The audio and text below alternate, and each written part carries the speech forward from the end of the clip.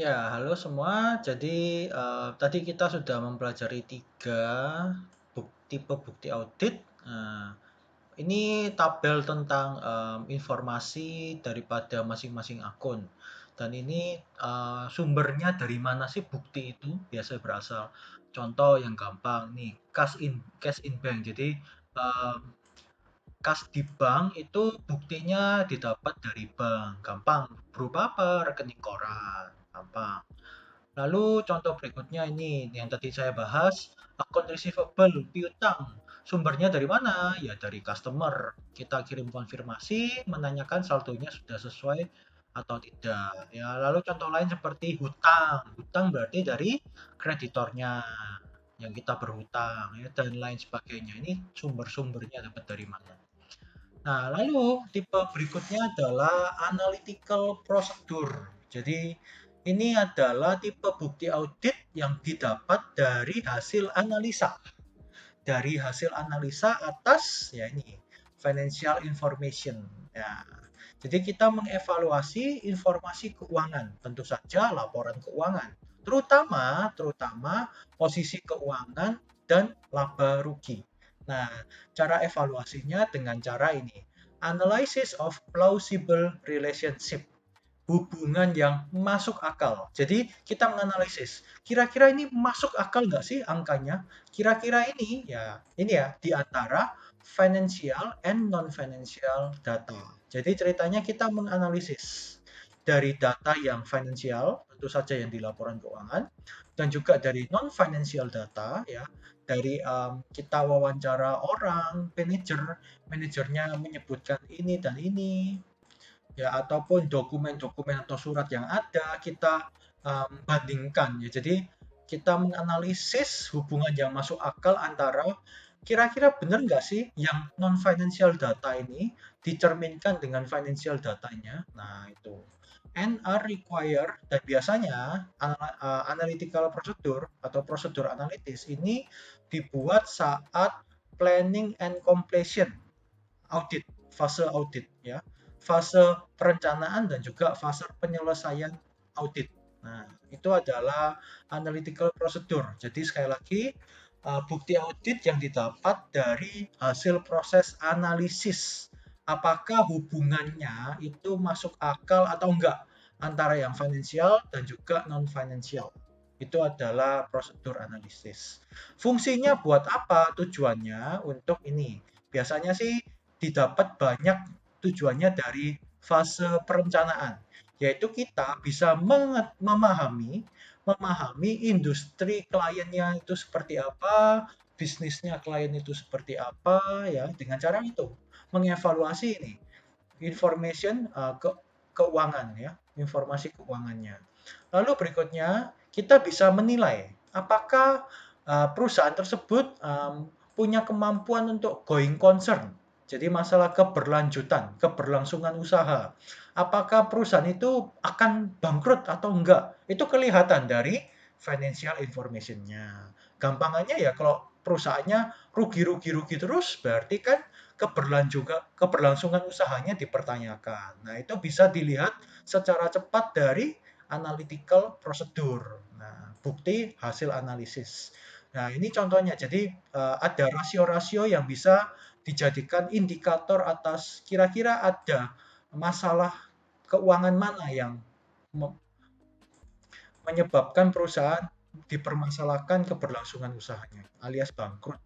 Lalu yang berikutnya, indicate the presence of possible misstatement in financial statement. Salah satu kegunaan daripada analytical procedure, kita bisa tahu kira-kira ada salah saji di mana. Ya, ini adalah salah satu tujuan daripada analytical procedure.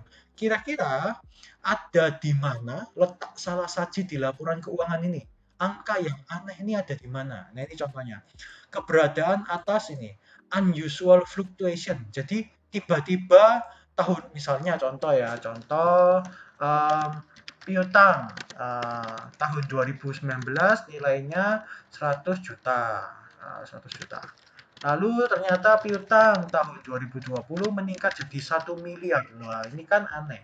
Melonjak 1000%. Kok bisa? Jangan-jangan ada salah saji. Ini yang dimaksud, ya. Oke. Lalu berikutnya, ya, menyediakan bukti mendukung atas saldo akun. Ya, jadi saldo akun itu akan dilihat ya apakah wajar atau enggak. Dan itu kalau misalnya tidak wajar, maka bisa dilakukan prosedur lanjutan yaitu substantive analytical procedure. Nah, jadi ini adalah tipe-tipe bukti audit atas yang keempat yaitu analytical procedure. Nah, lalu yang kelima adalah inquiry atau kalau kalian biasanya dengar ini adalah proses seperti wawancara. Jadi wawancara dilakukan ke ya pihak-pihak ya perusahaan atau pihak ketiga ya dengan cara ini.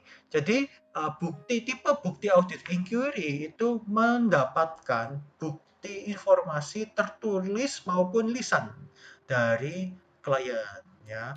Ya, in respon dengan cara menanggapi pertanyaan-pertanyaan daripada auditor. Jadi ya seperti wawancara.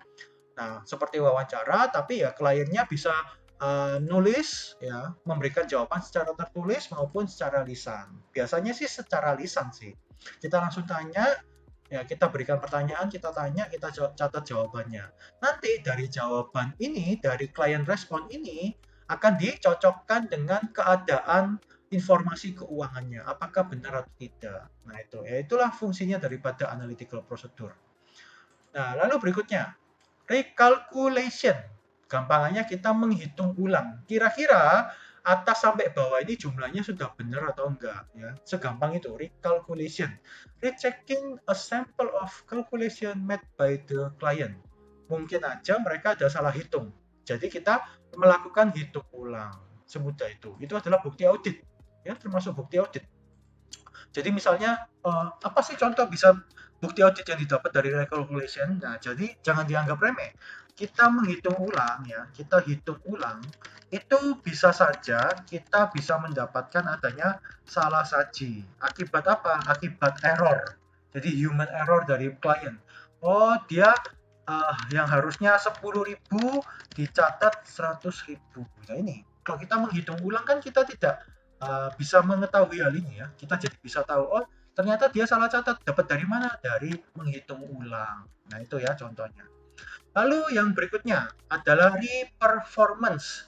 Ini ceritanya auditor melakukan uji atas ini ya, client accounting procedure or controls. Biasanya re-performance ini dilakukan saat kita melakukan test of control. Atau ceritanya kita mau menguji seberapa efektif pengendalian internal mereka.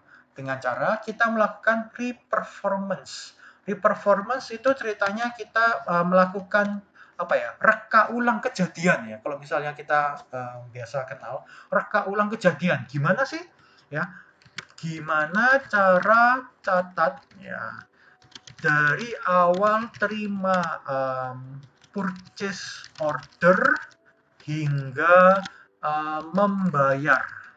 Nah, hingga menagih ke customer. Jadi hingga mendapatkan pelunasan dari customer.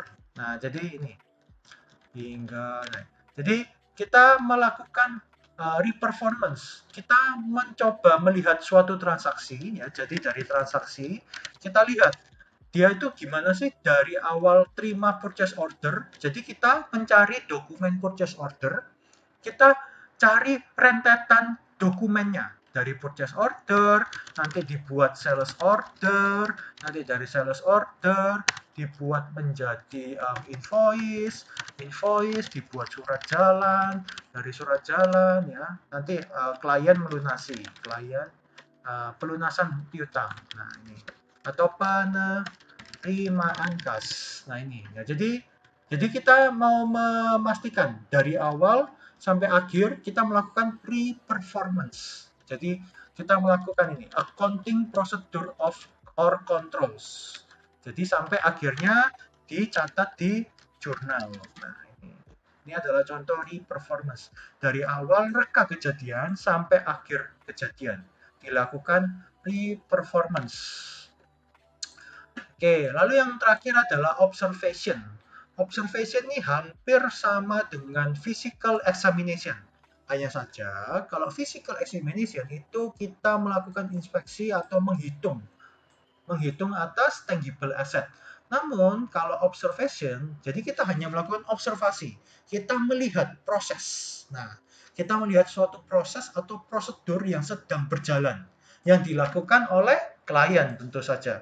Jadi gampangannya kita mungkin contoh audit Starbucks misalnya. Nah, kita mau lihat, kita melakukan observation.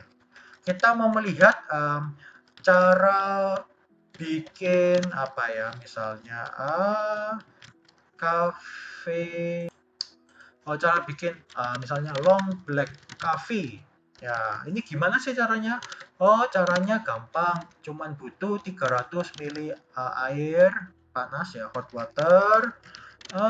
Lalu dibutuhkan lagi, oh sorry, jadi dimulai dari awal ya. Jadi misalnya sorry, staff mengambil cup size sesuai dengan yang diinginkan customer, lalu mengukur biji kopi yang akan di grinding sampai akhirnya staff itu selesai membuat dan memberikan pesanannya kepada customer. Nah, ini ceritanya kita sebagai auditor hanya melihat proses mereka dari awal sampai akhirnya diberikan gelasnya kepada customer. Ya, jadi itu yang namanya observasi. Kita hanya melihat apakah proses yang berjalan itu sesuai dengan prosedur atau tidak. Nah, kalau nggak sesuai, kita nanti bisa bikin berita acara kalau ternyata tidak sesuai dengan prosedur yang telah dibikin oleh perusahaan. Itu akan menjadi bukti audit. Nah, itu adalah 8 tipe bukti audit. Oke, nanti kita akan bicara tentang appropriateness-nya. Oke, sampai jumpa di video berikutnya.